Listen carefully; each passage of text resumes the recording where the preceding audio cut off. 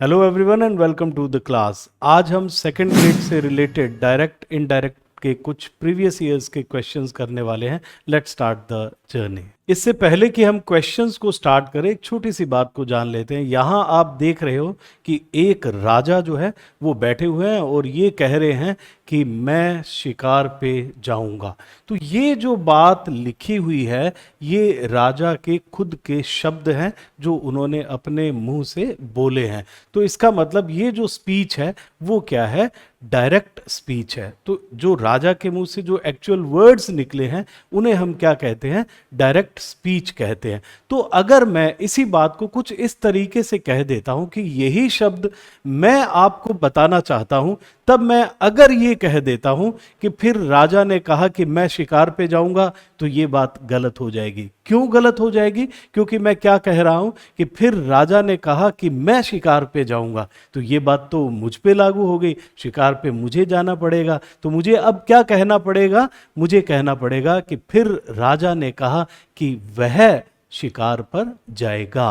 तो वह शिकार पर जाएगा। तो इसका मतलब मैंने जब इनडायरेक्ट स्पीच में बोला तो मैंने इस मैं को वह में चेंज कर दिया। तो एक छोटी सी बात जो मैं आपको बताना चाहता हूं वो ये है कि प्रोनाउंस जो होते हैं वो जनरली क्या हो जाते हैं? इनडायरेक्ट स्पीच में चेंज हो जाते हैं। और किस तरीके से चेंज होंगे वो हम बात करेंगे। और दूसरी बात आपको पता है कि टेंसेस जो है वो चेंज होते हैं। और कैसे चेंज होंगे क्वेश्चंस के थ्रू समझेंगे। और धीरे धीरे कुछ एक्सरसाइजेज मैं खुद की बना के लेके आऊंगा जिससे कि आपको अच्छे से बात समझ आ जाए। तो हम सबसे पहले स्टार्ट करते हैं। ये 2018 का ही क्वेश्चन है और यहां लिखा है I said to her you look पेल।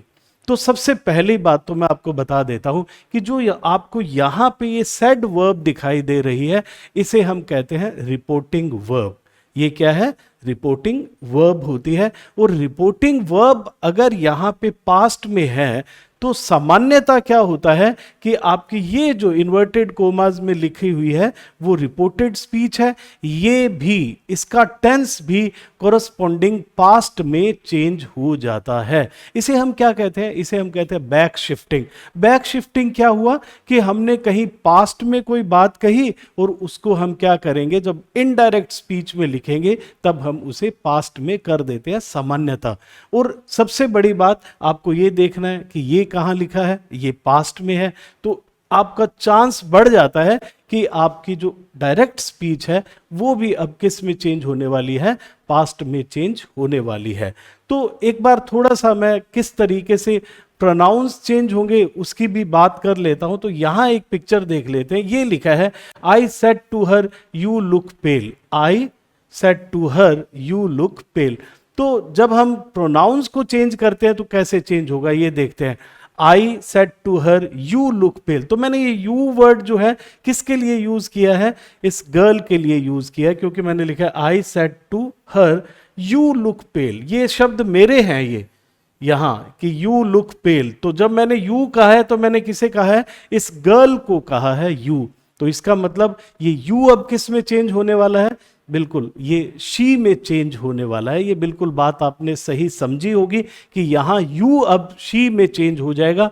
क्यों चेंज हुआ ये आप समझ गए होंगे। तो मैं वापस क्वेश्चन की तरफ चलता हूं और ये लिखा है I said to her you look pale. तो सबसे बड़ी बात, एक बात हम समझ लेते हैं, सेड टू जो होता है वो टोल्ड में चेंज हो जाता है।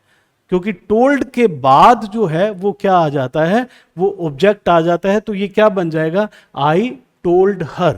आई टोल्ड हर। अब कुछ बातें और समझ लेते हैं। अगर मैं ये लिखता हूं कि आई टोल्ड टू हर तो ये गलत हो जाएगा क्योंकि टोल्ड के बाद इस तरीके से हम टू का यूज नहीं करते हैं। अगर मैं ये लिख देता हूं आई सेड हर तो ये भी गलत हो जाएगा। क्यों गलत हो जाएगा? क्योंकि सेड के बाद इस तरीके से सीधा ही ऑब्जेक्ट नहीं आ सकता है। हां, ऑब्जेक्ट किसके बाद आ सकता है? डायरेक्ट टोल्ड के बाद आएगा। और हम इसको इस तरीके से लिखेंगे आई टोल्ड हर। तो आपने सेड टू को किस में कन्वर्ट कर दिया? यहां पे टोल्ड में कन्वर्ट कर दिया है। तो ये बन गया आई टोल्ड हर। तो आई टोल्ड हर यहां भी लिखा है यहां भी लिखा है, यहां भी लिखा है और यहां भी। इसका मतलब चारों ही ऑप्शंस में ये आपको सही दे रखा है, यहां कोई भी प्रॉब्लम नहीं है। अब आपको पता है कि यू जो है वो किस में चेंज हो जाएगा, वो शी में चेंज होगा। तो यहां किया है क्या? नहीं, यहां भी नहीं है, यहां भी नहीं है। इन दो में जो है वो यहां शी में चेंज किया हुआ है। तो यानी कि ये दोनों ऑप्शंस तो बाहर हो जाते हैं। तो I told her that she looked pale दे रखा है और शी हैड लुक्ड पेल दे रखा है।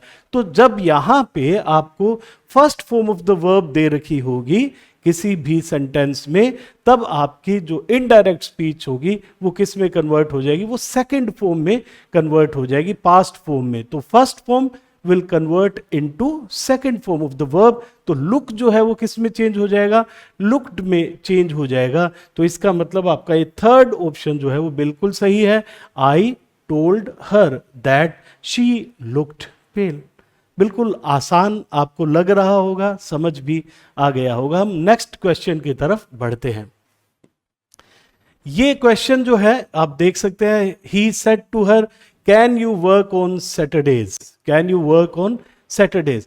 तो अब जो बड़ी बात है यहां पे क्या है कि पहले जो था वो अफर्मेटिव सेंटेंस था, और अफर्मेटिव सेंटेंस में हमने क्या किया था? टोल्ड का यूज कर लिया, उसके बाद ऑब्जेक्ट लगाया और फिर जो भी चेंजेस करने थे वो हमने कर दिए। यहां पे जो है वो इंट्रोगेटिव सेंटेंस है, मतलब क्वेश्चन है यहां पे। अब जब भी आपका इंट्रोगेटिव सेंटेंस होता है तो दो तरीके होते हैं। अगर डायरेक्ट यहां पे हेल्पिंग वर्ब से कोई भी सेंटेंस स्टार्ट होता है तब हम इफ या वेदर से इसे कनेक्ट करते हैं। यदि हेल्पिंग वर्ब से स्टार्ट होता है तब हम इफ या वेदर से कनेक्ट करेंगे। और यदि यहां पे कुछ क्वेश्चन वर्ड दे रखा हो, जैसे व्हाट दे दिया है, व्हाई दे दिया है, व्हेन दे दिया है, वेयर दे दिया है, तब हम कनेक्ट उसी वर्ड से ही करेंगे, व्हाट, व्हेन, व्हाई, वेयर। तो यहां तो क्या दे रखा है? डायरेक्ट हेल्पिंग वर्ब दे रखी है। तो ये तो क्लियर हो जाता है कि हम यहां पे इफ या वेदर का यूज करेंगे। अब जो दूसरी बात जो हमें समझनी है वो ये है कि यहां पे जो सेड टू है वो क्या है? अब टोल्ड नहीं होके, क्योंकि पूछा जा रहा है इसलिए हम क्या कर देंगे? आस्क्ड का यूज करेंगे। तो यहां पे आस्क्ड यूज हो जाएगा और उसके बाद हम किससे कनेक्ट करेंगे? इफ से इसे कनेक्ट करेंगे। अब कहीं भी दैट का यूज जो है वो नहीं होगा। पिछले क्वेश्चन में हमने कनेक्ट करने के लिए क्या किया था? दैट का यूज किया था। यहां पे आपको एक बात ध्यान रखनी है कि जब भी इंट्रोगेटिव सेंटेंस होगा वहां हम दैट का यूज नहीं करेंगे कनेक्ट करने के लिए, क्योंकि कनेक्ट तो किससे कर रहे हैं हम? या तो इफ वेदर से कर रहे हैं या फिर जो भी क्वेश्चन वर्ड दे रखा होगा व्हाट, व्हाई, वेयर, व्हेन, उससे हम इसे कनेक्ट कर देंगे। तो आपकी जो यहां आपके जो ऑप्शंस गिवन है वो देख लेते हैं। ही आस्क्ड हर बिल्कुल सही है, यहां भी आस्क्ड हर है, यहां भी आस्क्ड हर है, यहां भी आस्क्ड हर है, बिल्कुल सही है। यहां दैट लगा दिया है तो ये गलत हो गया, इसे तो आप कर दे बाहर, क्योंकि दैट इफ जो है इस तरीके से नहीं लिखा जाएगा, क्योंकि यहां दैट से तो कनेक्ट होगा ही नहीं। अब आपको पता है कि कैन जो है वो किस में यूज चेंज होगा? कुड में चेंज होगा। मैंने अभी आपको बताया कि यहां अगर आपको पास्ट दिखाई दे रहा है रिपोर्टिंग वर्ब, तो आपकी जो डायरेक्ट स्पीच है, जो रिपोर्टेड स्पीच है, उसका जो टेंस है वो भी पास्ट में चला जाता है, कोरस्पॉन्डिंग पास्ट में चला जाता है। मतलब कैन का कोरस्पॉन्डिंग पास्ट क्या होगा?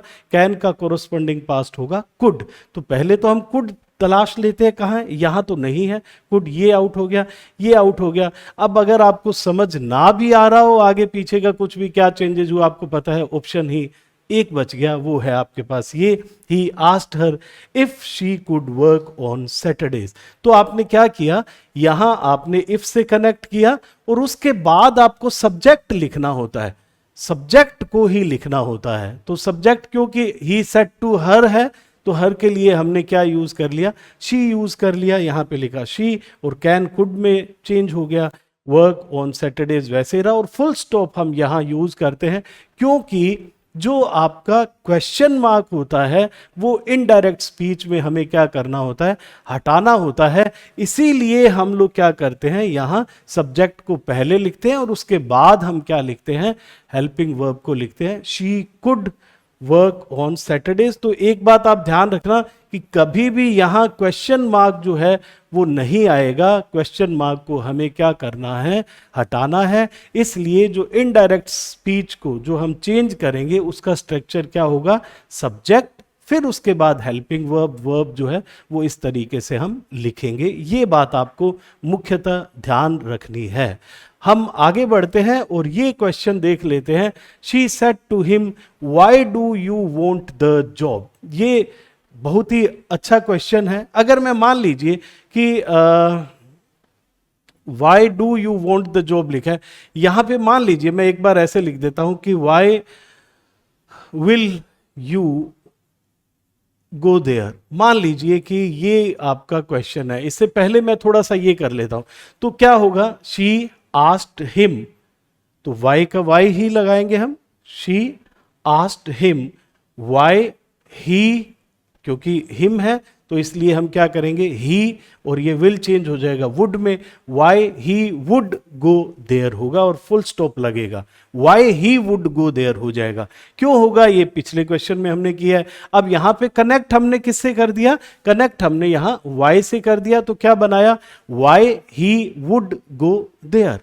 Y would he go there गलत हो जाएगा, वाई फिर he then would, why would he लिखते ही गलत हो जाएगा, क्योंकि मुझे क्वेश्चन फॉर्म में नहीं रखना है। अगर मैं वाई वुड ही लिख देता हूं तो वो क्या हुआ, क्वेश्चन वर्ड के बाद क्या आ गया, हेल्पिंग वर्ब आ गई, तो वहां वो क्वेश्चन फॉर्म हो जाती है। अगर क्वेश्चन वर्ड के बाद सब्जेक्ट लगा देता हूं तब वो क्वेश्चन फॉर्म से हट जाती है, तो मुझे लिखना पड़ेगा why he would go there. अब हम इस क्वेश्चन को कर लेते हैं। She said to me why do you want the job. तो इसमें हमें क्या करना होता है, क्योंकि ये डू डज से अगर आपकी डू और डज अगर हेल्पिंग वर्ब होगी इंट्रोगेटिव सेंटेंस में, इनडायरेक्ट स्पीच में, तो हमें क्या करना होगा, इस डू और डज को हटा देना है और इसके साथ जो फर्स्ट फॉर्म जो लिखी हुई है इसको हम सीधा ही किस में कन्वर्ट कर देंगे, सेकंड फॉर्म में कन्वर्ट कर देंगे। तो क्या करना है, अगर कहीं भी आपको इनडायरेक्ट स्पीच में क्वेश्चन के रूप में हेल्पिंग वर्ब में डू या डज दिखाई पड़ता है तो उस डू या डज को तो आप हटा देंगे और जो उसके साथ वर्ब फर्स्ट फॉर्म है उसे आप किस में कन्वर्ट कर देंगे, सेकंड फॉर्म में कन्वर्ट कर देंगे। तो हम देखते हैं, she asked him, she asked him है, शी आस्क्ड हिम है, ये बिल्कुल सही है। और आपको पता है कि यहाँ सीधा ही हम किससे स्टार्ट करेंगे, क्वेश्चन वर्ड से कनेक्ट करेंगे, अभी मैंने बताया था। और क्वेश्चन वर्ड यहाँ ये दैट लगा है, ये तो बाहर हो गया। अब ये तीनों में ही जो है वो क्वेश्चन वर्ड लगे हुए हैं। अब देखिए यहाँ ये जो यू है वो हिम के लिए यूज होगा तो क्या हो जाएगा, ही हो जाएगा, ये रहा ही। और फिर वॉन्ट मैंने बताया सेकंड फॉर्म में चेंज हो जाएगी, बिल्कुल हो रखा है, वॉन्टेड द जॉब हो जाएगा। यहाँ हैड वॉन्टेड दे रखा है, ये गलत हो जाएगा। और ये वाई यू दे रखा है, इसलिए ये गलत हो जाएगा। तो आपका ऑप्शन जो है फर्स्ट बिल्कुल सही है, she asked him why he wanted the job. बहुत ही आसान है, बिल्कुल धीरे धीरे क्वेश्चंस को करते रहें, आपको साथ साथ में रूल्स भी समझ आ रहे होंगे। हम आगे बढ़ते हैं और ये क्वेश्चन देख लेते हैं। She keeps saying I am a failure, she keeps saying I am a failure. तो ये देखो, ये बहुत ही अच्छी बात है। अब यहां पे जो ये आपको सेंटेंस दिखाई दे रहा है ये क्या है, ये प्रेजेंट का सेंटेंस है। ये मतलब कि जो रिपोर्टिंग वर्ब है वो क्या है, वो प्रेजेंट में है। तो मैंने तो आपको ये बताया था कि जनरली क्या होता है, जब आपकी रिपोर्टिंग वर्ब पास्ट में होगी तब क्या होगा कि जो आपका रिपोर्टेड स्पीच है वो भी पास्ट में चेंज हो जाएगी। लेकिन यहां प्रेजेंट में है तो इसका मतलब यहां प्रोनाउंस तो चेंज हो जाएंगे, लेकिन आपका जो टेंस है वो वैसा का वैसा ही रहेगा, टेंस में कोई परिवर्तन नहीं होगा। शी कीप्स सेइंग तो बिल्कुल ऐसे ही रहेगा, शी कीप्स सेइंग यहां भी लिखा है, यहां भी है, यहां भी है, तो कोई यहां पे दिक्कत नहीं है। और ये देखिए दैट है, दैट से कनेक्ट करेंगे। अफर्मेटिव जो सेंटेंसेस होते हैं जनरली क्या होता है, दैट से ही स्टार्ट होते हैं। तो she keeps saying that, that बिल्कुल सही है। अब देखिए मैंने कहा कि टेंस जो है वो आपका चेंज नहीं होगा। यहां तो पास्ट में चेंज कर दिया, यहां भी पास्ट में चेंज कर दिया, यहां भी पास्ट में चेंज कर दिया। तो तो तीसरा ऑप्शन आपके पास पड़ा हुआ है जो कि बिल्कुल सही है। और क्या हुआ, she keeps saying that she is a failure. She is a failure, क्यों, शी के साथ तो हम इज का यूज करेंगे, तो क्योंकि ये शी का कहना है। मान लीजिए कि ये शी है और ये बोल रहे हैं कि आई एम, तो हम क्या करेंगे, शी के लिए हम क्या लगा देंगे यहाँ, इनडायरेक्ट स्पीच में शी लगा देंगे और क्या हो जाएगा, शी इज अ फेलियर। तो इस तरीके से आपको कुछ क्वेश्चंस जो है वो समझ आए होंगे। ये 2018 के कुछ क्वेश्चंस थे एंड आई होप कि आपको सभी बातें आसानी से समझ आ गई होगी। धीरे धीरे हम और चीज़ें जो है 16 के 13 के कुछ क्वेश्चंस करेंगे और एक सीरीज जो है वो आपको अच्छे से पूरे रूल्स समझाने के लिए लेके आएंगे ताकि आपको बात अच्छे से समझ आ जाए। Thank you very much. और बहुत से लोग नए जुड़ रहे हैं, वो इस चैनल को सब्सक्राइब करें, लाइक करें, शेयर करें, उन लोगों तक पहुंचाएं जो इंग्लिश की तैयारी बहुत ही इजी एंड इफेक्टिव वे से करना चाहते हैं और अपने कम्पिटिटिव एग्जाम्स की तैयारी कर रहे हैं। Thank you very much and have a wonderful day.